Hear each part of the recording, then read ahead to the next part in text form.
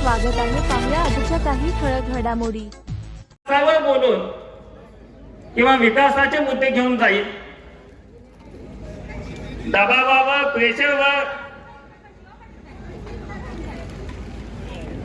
एक दिवस सुद्धा सकाळी जातात, त्या गावं फिरून कुठं राज्यात इकडे तिकडे फिरून येतात, पण प्रत्येक दिवस संध्याकाळी माने हे खासदार त्यांनी एकंदरीतच या निवडणुकीमध्ये आमच्या महायुतीचे प्रमुख सहकारी माने अण्णा असतील, त्याच्यामध्ये आमचे सागर खोत असतील, आनंदराव बापू पवार असतील, हे सगळ्या सहकाऱ्यांना एकत्र येऊन त्यामध्ये प्रत्येकाचे वाद विवाद असू शकतात.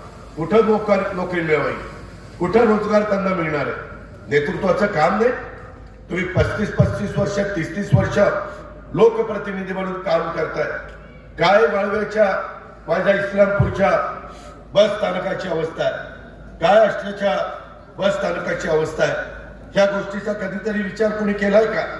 त्या परिसरामध्ये वाहतुकीचा प्रश्न सोडवण्याच्या करता माझा इस्लामपूर असेल, माझा आष्टा असेल, ह्या शहरामध्ये काही सक्षम गोष्टी केल्या सांगणार. दिवाळी साजरी कर, काय आणायचं, काय खायचं, काय गोडधोड करायचं, काय फराळ करायचा, काय कपडा लत्ता घ्यायचा, याचा काहीतरी विचार करत नाही तुम्ही? याचा केला पाहिजे. एवढ्यावरच नाही, आज इस्लामपूर असेल, आष्टा असेल, या शहरामध्ये भव्य अशा प्रकारचे वेगवेगळ्या प्रकारे भाजी मार्केट पाहिजे. व्यापाऱ्यांच्या करता विशेष 10% जास्त आहे, जवळपास 1% जास्त आहे. 1% रिकव्हरी जास्त असल्यानंतर इथला दर साधारण माझ्यापेक्षा 200-225 रुपये जास्त पाहिजे होता. म्हणजे 3700, 3571, 3600, 3700, 3800 दर पाहिजे होता. किती मिळाला तुम्हाला? 3100. कुठे गेले 700 रुपये, कुठे गेले 600 रुपये? जर आम्ही देऊ शकतो, बर कारखाना जुना आहे असं नाही, कारखाना नवा आहे म्हणून तिथं कर्ज आहे, त्याचा हप्ता द्यायचा आहे, त्याचा व्याज द्यायचं आहे, तसं काही नव्हतं. स्वर्गीय राजाराम बापू पाटलांनी लावलेलं ते रोपटं ते आज देखील चांगल्या पद्धतीनं भाव देऊन चालवायला पाहिजे होतं. ते तर राहिलं बाजूला. इथं आमच्या जवळ सर्वोदय सहकारी साखर कारखाना, आमची भावकी स्वर्गीय संभाजीराव पवारांनी आणि स्वर्गीय व्यंकप्पा पत्कीने काढला. काय झालं?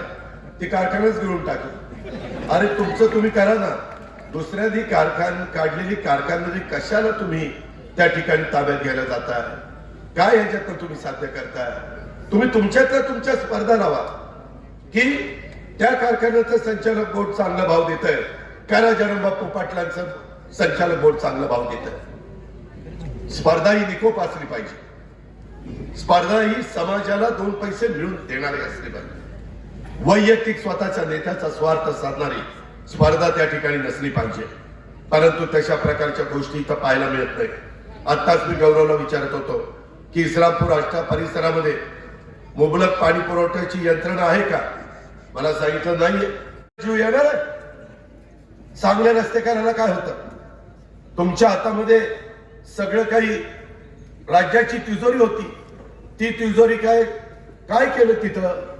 अहो तुमच्याकडे ज्या असणाऱ्या त्या संस्था, मला तर मग अशी संजय कोरेंनी सांगितलं, दादा आमची सूतगिरणी पण बंद पडली. अरे पट्ट्या, सूतगिरणी तुम्हाला चालवता येत नाही, ती बंद पडली. त्या पोरापोरींनी कुठे जायचं आता कामाला? आणि तिथं प्लॉटिंग चाललंय, प्लॉटिंग, आणि दुसऱ्याला विकण्याचं चाललं. अरे अशी कुठे एमआयडीसी असते का? एमआयडीसी मध्ये मोठा एखादा प्रोजेक्ट आणायचा असतो. आता तुमचे नातीगोती चांगल्यांची झाली, म्हणजे किर्लोस्करांची झाली. सांगा ना पाहुण्याला, या कारखाना टाकले इकडं, सांगा. त्याच्यामध्ये व्यायी आहेत ना तुमचे, मग व्यायीने ऐकायला नको.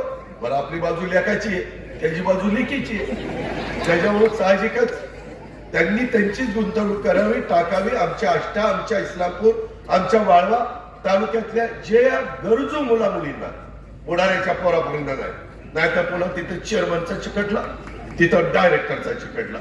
अरे डायरेक्टर चेअरमन बसा ना, गोरगरिबाची पोरं लावा ना. त्यांनी काय तुमच्याकडे नुसतं बघत बसायचं? ह्या गोष्टीचा विचार करायला नको. या पद्धतीनं जो काही कारभार चाललाय याला काही अर्थ नाहीये असं या ठिकाणी मला तुम्हाला सगळ्यांना सांगावंसं वाटतं. मित्रांनो, याच्यामध्ये बऱ्याच काही गोष्टी कधी कधी तर असं का कुणाला कुठेतरी उभं करणार आणि असा का त्याचा काटा काढणार की त्यालाच बाद दिशा आपण करणार. तुमच्याच इथलं उदाहरण सांगतो. त्याच्यामध्ये 2017ला जिल्हा परिषद त्या ठिकाणी सुसज्ज अशा प्रकारची निवासस्थानं बांधायची, अधिकारी वर्गाच्या करता बांधायची. आम्ही निधी देतो. आज महाराष्ट्रात झाले, आज बारामतीमध्ये येऊन बघा, आम्ही स्वतः करून दाखवलं. अष्टाकरांनो, मी तुमच्याकडे येतो त्यावेळेस मी माझ्या भागामध्ये व्यवस्थितपणे गोष्टी केल्या, त्यावेळेस तुम्हाला सांगायला आलं. फक्त माझा भाग पुढे जाऊन चालणार नाही. चांद्यापासून बांद्यापर्यंत सगळा महाराष्ट्र पुढे गेला पाहिजे आणि त्याच्यातून गोरगरिबांचं राहणीमान बदललं पाहिजे. त्यांच्या संसाराला त्या ठिकाणी मदत झाली पाहिजे. त्यांना एक समाधानाने जीवन जगता आलं पाहिजे. परंतु तशा पद्धतीच्या गोष्टी या ठिकाणी होताना दिसत नाही. आज स्वर्गीय विलासराव शिंदेचं एक स्वप्न होतं, त्यांनी उराशी बाळगलेलं.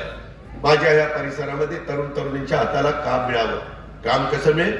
एमआयडीसी काढल्यानंतर मिळेल. एमआयडीसी झाली का? एमआयडीसी करताच आली नाही. वास्तविक बाकीकडे मोठ्या एमआयडीसी, 5 स्टार एमआयडीसी, महाराष्ट्रामध्ये 5 स्टार एमआयडीसी, मोठ्या एमआयडीसी, मिनी एमआयडीसी, किती प्रकारच्या एमआयडीसी झाल्या. आपण तर महत्वाच्या रोडच्या जवळ आहे.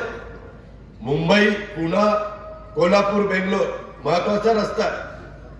आपल्या इथं खरं तर दुर्दैव आहे. मला एक कळत नाही, इतके मोठे मोठे नेते इथं होऊन गेले. मला पूर्वीच्या नेत्यांना दोष द्यायचा नाही, परंतु अलीकडच्या काळात 99 पासून जे सातत्याने सत्तेवर 5-1 वर्ष अपवाद वगळता, त्यांना देखील सांगली जिल्ह्यामध्ये साधं विमानतळ तयार करता आलं नाही. जिल्ह्याला विमानतळ नको? विमानतळ पाहिजे. उद्याच्याला उद्योगपती ज्यावेळेस दिल्लीवरून, मुंबईवरून, बेंगलोरवरून कुठं येतात, त्यांची अपेक्षा असते त्यांचे स्वतःची विमानं असतात, हेलिकॉप्टर असतात.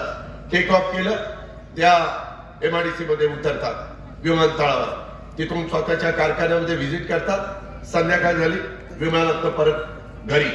अशा प्रकारची व्यवस्था पाहिजे. आज आम्ही बारामतीमध्ये विमानतळ काढले, एमआयडीसीतच काढलेले. आज बाकीच्या ठिकाणी आम्ही विमानतळ काढतो. आता मध्ये कोल्हापूरला नाईट लँडिंग दरीशी खासदार साहेब तुम्ही त्या ठिकाणी पाठपुरावा करून केला. त्याच्यानंतर तुम्ही तिथला टर्मिनल मोठा केला. तिथं आता लोकांची सोय झाली. नेतृत्व असं असावं लागतंय, नुसतं असं आला का? अरे काय असं काय नका, काय सांगतात, काय सांगतात, काय सांगतो, काय सांगतो ते तुझ्या डोक्यात शिरानं काय सांगतात असं नाही. मी त्याची चेष्टा करत नाही. प्रत्येकाचा मान सन्मान ठेवला पाहिजे, ती आम्हाला स्वर्गीय यशवंतराव चव्हाण साहेबांनी शिकवण दिलेली. आम्ही त्या रस्त्याने जाणारे माणसे. पण किती दिवस लोकांना असंच सांगून आज मी मगाशी आमचे सहकारी जयंतराव पाटलांचे त्या ठिकाणी अनेक वर्ष त्यांना साथ देणारे आमचे संजयराव कोरे असतील, त्याच्यामध्ये मनीषाताई पाटील असतील, सूरज पाटील, दिनेश पाटील, संजय तिवरे, संजना तिवरे, जयंत पाटील, जयवंत पाटील, प्रवीण गावडे, अमर जमादार, शिवराज जाधव, मनोज ओसवाल, सुधीर मोरे, प्रदीप थोरात हे का आपल्यापासून दूर गेले? अहो, मला तर संजयराव कोऱ्यांनी सांगितलं, त्यांचं बापूंच्या पासून, त्यांच्या वडिलांच्या पासून ते त्यांच्या बरोबर. आज 1-1, 2-2 पिढ्या ही लोक आपल्या बरोबर राहिली, आज आपल्यापासून बाजूला जात आहे. याचा अर्थ कुठेतरी आपण कमी पडतो की नाही, कुठेतरी आपलं काहीतरी चुकतंय की नाही. कशामुळे हे सगळ्या गोष्टी होत आहेत? का आली चिठ्ठी, त्यांचं कासेगाव, बापूंचं स्वतःचं गाव, तिथलं पोलीस स्टेशन आजही भाड्याच्या घरात. अरे काय रे, तुम्हाला स्वतःच्या गावचं पोलीस स्टेशन बांधता येत नाही आणि ह्या पद्धतीनं तुम्ही राज्याचं नेतृत्व करायला मी निघालेलो आहे, कशाला सगळीकडे भाड्याची पोलीस स्टेशन करायला? हे बरोबर नाही. अरे तुमच्या हातात, माझ्या हातात तिजोरी आली, विचारा आमदारांना, जो आमदार येईल महायुतीचा त्याला सगळ्या गोष्टी दिल्या का नाही. धैर्यशील पूर्वी वैभव शिंदे आमच्या विलासरावांचे चिरंजीव यांना उमेदवारी दिली आणि अपक्ष उमेदवार उभा केला आणि त्या वैभव शिंदेचा पार त्याचा बाकराच करून टाकला. ही काय पद्धत. त्यापेक्षा त्याला सांगायचं ना, वैभव मला तुला नाही रे तिकीट द्यायचं, मला याला तिकीट द्यायचं, निवडून आणायचं, पण उभा करायचा आणि नंतर तिथं मॅच फिक्सिंग करायचं, मिलीभगत करायची.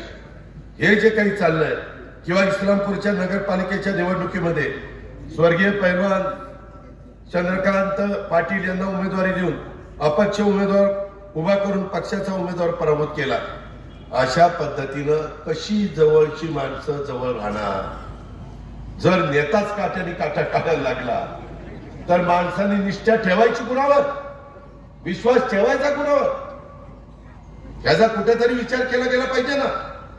आज मी आपल्याला सगळ्यांना सांगतो की आपल्याला महाराष्ट्राला पुढे न्यायचं. आज फार वेगळ्या प्रकारचं राजकारण चाललंय. आम्ही महाराष्ट्रामध्ये ज्यावेळेस एकनाथराव शिंदे, देवेंद्रजी, मी आणि आमच्या सगळ्यांनी मागचा अर्थसंकल्प सादर केला त्यावेळेस 75,000 कोटी रुपयांच्या योजना तुम्हाला दिल्या. महिलांना पैसे मिळणारच नाही हा चुनावी जुमला आहे. त्याच्यामध्ये पैसे अकाउंटला जाणार नाही आणि सगळे पैसे अकाउंटला जातात. यांच्याही डीबीटी केलं, यांच्याही वीज माफी केले, त्याच्यावर पैसे भरायचा प्रश्न नाही. झिरोचं बिल शेतकऱ्यांना दिलं की नाही तुम्हाला शेतकऱ्यांना झिरोचं बिल दिलं. त्या पद्धतीनं आम्ही सगळ्या गोष्टी केल्या आणि पुढे आम्ही चाललो. आणि आता आधी विरोध केला, कोर्टात गेले, बंद करा म्हणून सांगितलं, कोर्टाने पेटाळलं, सगळ्या कृत्या केल्या. मग म्हणले होऊच शकत नाही, आमच्यावर आरोप हे होऊच शकत नाही. आता परवा मुंबईला ती महाविकास आघाडी बसली आणि त्यांनी पंचसूत्री कार्यक्रम जाहीर केला. आम्ही 5 लाख रुपयाचं विम्याचं संरक्षण तुम्हाला देतो. पूर्वी 1.5 लाख होतं, आता 5 लाख केलं. आणि त्यांनी सांगितलं आता आमचं सरकार पुढे आल्यानंतर आम्ही 25 लाख रुपये एका कुटुंबाला त्या ठिकाणी विम्याचं संरक्षण देऊ. यांच्या बानी सांगितलं होतं 25 लाख रुपये प्रत्येक कुटुंबाला विम्याचं संरक्षण. जेवढे ग्रॅज्युएट मुलं आहेत, बेकार आहेत, सुशिक्षित आहेत पण बेरोजगार आहेत, त्यांना प्रत्येकी 4,000 महिना. 1 कोटी लोकसंख्या धरा, 40,000 कोटी इथंच झाले. आम्ही यांना 1,500 देत होतो, तुम्ही तर 1,500 देतो, आम्ही 3,000 रुपये देणार आहे. आम्हाला ह्याच्या मागे इतक्या वर्ष सरकारमध्ये होते, काय झोपा काढल्या काय, कुणी अडवलं होतं तुम्हाला, त्यावेळेस काही दिलं नाही. ते त्यांचं म्हणलं तर 1 लाख कोटी रुपये लागतात. 1 लाख ते 40,000. त्याच्यानंतर त्यांनी सांगितलं ते विम्याचं, त्याच्यात काही 1,000 कोटी म्हणले फक्त यांनी मुलींना कॉलेजचं शिक्षण मोफत दिलं. त्याचा मार्ग काढायचा प्रयत्न करतो. नाही जमलं तर त्याला सांगतो बाबा रे मी प्रयत्न केला परंतु त्याच्यातनं मार्ग निघाला नाही. इथं गौरव नायकवाडी बसले, त्यांच्या कारखान्याचं एक काम होतं, काम झालं की नाही गौरव? झालं का? शेवटी आम्ही कामाकरता बसतो, तिथं राजकारण करायला बसत नाही.